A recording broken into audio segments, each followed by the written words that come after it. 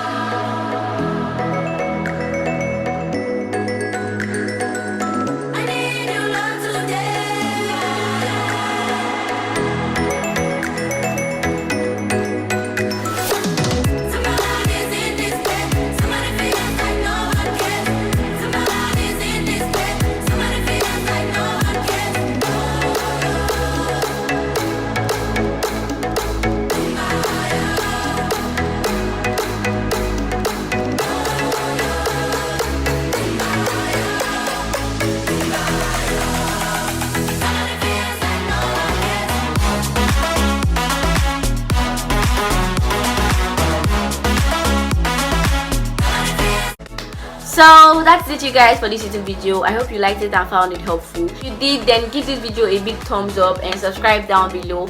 Also comment down what video you'd like to see next. I love you all.